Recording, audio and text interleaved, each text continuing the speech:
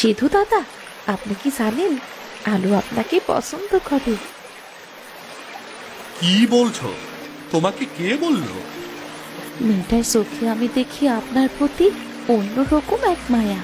সারাদিন আমার সাথে আপনার কথাই কয়।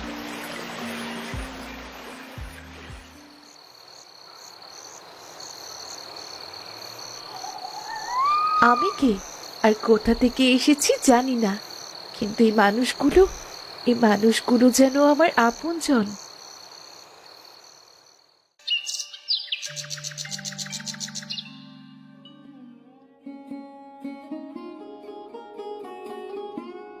এই নিন, কুঠোরের হাতলটা ভাঙা।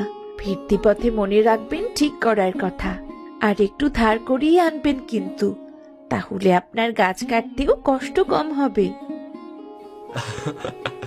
আপনি একদম আমার পরিবারের মানুষ হয়ে গেছেন। আমার কত খেয়াল রাখছেন আপনি। আপনারা না থাকলে আমি হয়তো বেঁচেই থাকতাম না। বিশেষ করে আপনার জন্যই বেঁচে আছি আমি। আর সে আপনার একটু যত্ন না করলে হয়?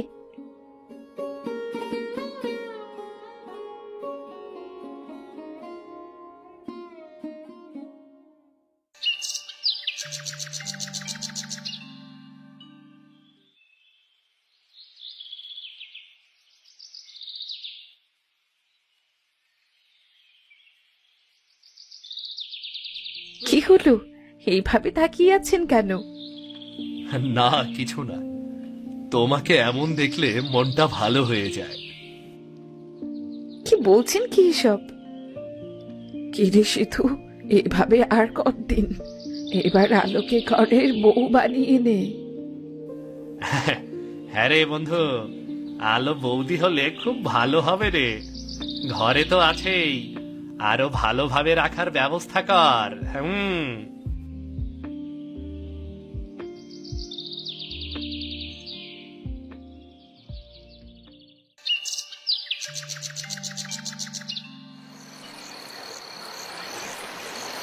আলো, তুমি এখনো কিছু মনে করতে পারো না? না, কিন্তু কিন্তু এখন আমি আর কিছুই মনে করতে চাই না। এই গ্রাম, এই মানুষ, আর আপনি, এতেই আমার সব কিছু আছে। কিন্তু তুমি জানো না আলো, আমি তো শুধু এক গরিব কাঠুরিয়া। তোমাকে যে কিছুই দিতে পারবো না। যে মানুষ আমাকে জীবন দিয়েছে, সেই আমার সবচেয়ে বড় সম্পদ।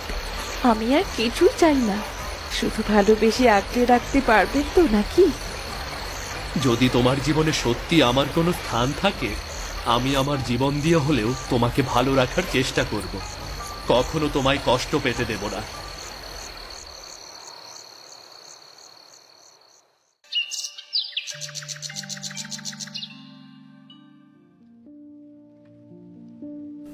তাইলে আর দেরি কেন? সিধু আর আলোর শুভ কাজটা সাইরাই ফেলা যাক। হ্যাঁ, ঠিক বলেছ। আর দেরি করে কি লাভ? তোমার বিয়ের আয়োজন করো গো সিধুদা। হ্যাঁ রে, তো আর দেরি করছিস কিসের অপেক্ষায়? বিয়ের আনন্দ শুরু কর। আমার আশীর্বাদ রইল তোদের ওপর। তোরা দুজন সারা জীবন সুখে থাক।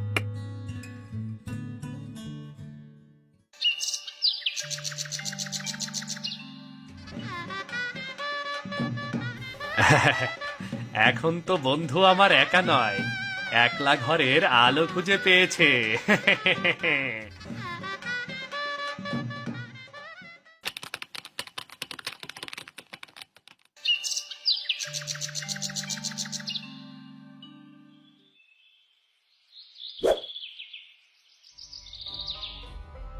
আর দেখ দেখ, দুটো ফুল কেমন দোলনায় দুলছে। সিধুর ঘর যেন পরিপূর্ণ। এরাই জীবনের আসল রত্ন। আমার জীবন এখন সত্যি পূর্ণ। আমার আর কোনো চাওয়া নেই। তুমি এসে আমার পৃথিবী বদলে দিলে আলো। আমার শূন্য ঘর তুমি পূর্ণ করে দিয়েছ তোমার ভালোবাসায়। আমাকে দিয়েছ বাবা হওয়ার আনন্দ। আমি এখন ওই পৃথিবীর সব থেকে সুখী মানুষ। তুই তো এখন পুরোপুরি সংসারী মানুষ হয়ে গেছিস রে বন্ধু। এই মেয়ে দুটো বড় হলে আমাদের গ্রামের গর্ব হবে দেখবে।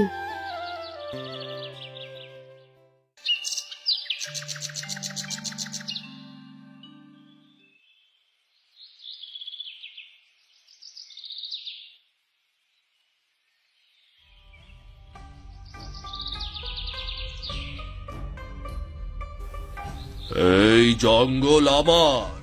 তোমরা যারা এখানে কাঠ কাটছো সবাই অবৈধভাবে কাজ করছো। এখন তো বৈধ করতে কিছু কাগজ তোমাদের লিখে দিতে হবে। এটি সরকারি আদেশ। বাবু, আমরা প্রজন্মের পর প্রজন্ম ধরে এই জঙ্গলেই কাঠ কেটে খাই। আমরা তো কোনো অন্যায় করিনি। তুমি কে হে ছোকরা? আইন জানো? তোমাদের নামের কোনো কাগজ নেই, তাই বলছি টিপসই দাও। আমি প্রত্যেককে কিছু টাকা দেব, এতে তোমাদেরই লাভ হবে। কিন্তু আমরা তো লেখাপড়া জানি না বাবু, কাগজে কি লেখা আছে বুঝবো কিভাবে? এত কিসের ভাবনা তোমাদের? তোমাদের ভালোর জন্যই বলছি। আমি তো তোমাদের ক্ষতি করছি না। শুধু টিপসই দাও, বাকিটা আমি বুঝে নেব।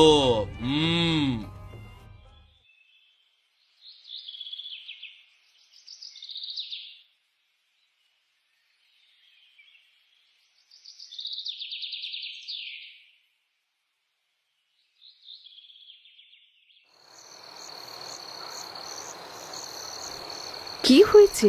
ওই লোকটা তোমাদের কি বলছিল? আজ হরিশ্চন্দ্র বাবু এসেছিলেন, সেই জঙ্গলের মালিক। আমাদের জমির কাগজ নিলেন, আমাদের সবার টিপসইও নিলেন। এই জঙ্গলে কাঠ কাটা নিয়ে সরকারি কি যেন ঝামেলা আছে, তাই বলল আর কি। তুমি কেন টিপসই দিলে? সবাই দিচ্ছিল, আমি না দিলে তো ঝামেলা হতো। কিন্তু মনটা কেমন যেন লাগছে, কিছুই ভালো লাগছে না। যদি একটু লেখাপড়া জানতাম তাহলে কাগজগুলো পড়তে পারতাম। তুমি কাগজটা কেন আমার কাছে আনলে না? কাগজ আনলে কি হতো? তুমি কি পড়তে জানো? হ্যাঁ, আমি বাংলা ইংরেজি সবই পড়তে জানি। বলো কি? দেখেছো, শুধু তোমাকে দু চোখ ভরে দেখেই গেছি, কিন্তু তোমার কি কি গুণ আছে আমি আজ পর্যন্ত তা জানি না। যাই বলো, কাগজটা না পড়ে তোমার টিপসই দেওয়া একদম ঠিক হয়নি।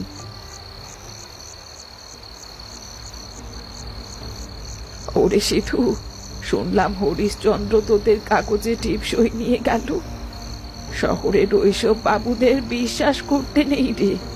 ওরা হাসি মুখে মিষ্টি কথা বলে জীবন কেড়ে নেয়।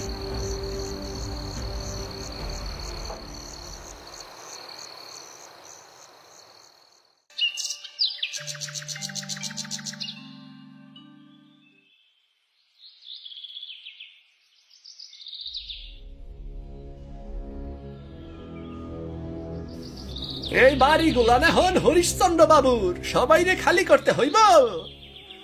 কিন্তু বাবুরা, আমাদের ঘর আমরা তো নিজের হাতে বানিয়েছি। আমাদের ঘর বাড়ি হরিশ্চন্দ্র বাবুর হয় কি করে? তোমরা টিপসই দিছ, এখন এই জমি বাবুর নামে। এইখানে ফ্যাক্টরির কাজ শুরু হইব। কাগজে কি লেখা ছিল আমরা তো আর জানতাম না। আমাদের মিথ্যে বলে ঠকানো হয়েছে। আমরা নিজের বাড়ি কেন হরিশ্চন্দ্রের নামে দেব বলো? এটা অন্যায়। আমরা আমাদের ঘর ছাড়বো না, জীবন থাকতে না।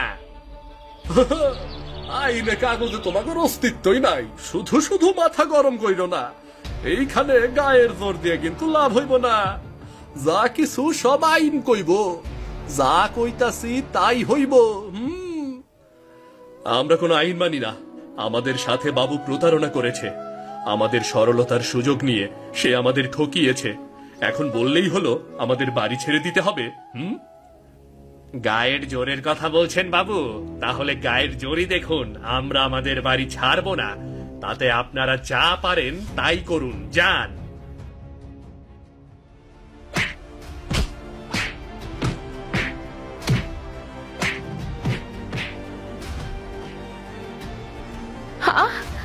মরে গেলাম গো।